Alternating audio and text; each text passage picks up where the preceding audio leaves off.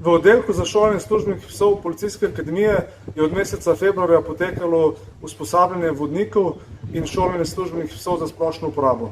Na tečaju je sodelovalo 9 udeležencev, med katerimi je bilo 6 starejših vodnikov, ki so zaradi starosti svojega psa prišli sem izšolati novega psa, in pa 3 vodniki službenih psov, ki predtem to niso bili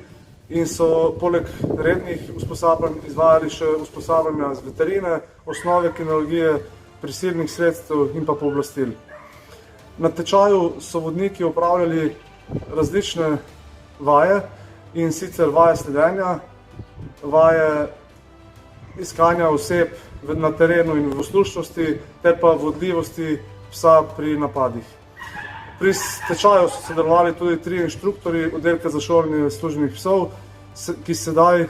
ko so zaključili tečaj, pošiljajo vodnike s svojimi psi na teren, ker bojo vodnikom pomagali pri vsakodnevnih opravilih v operativnem delu policije.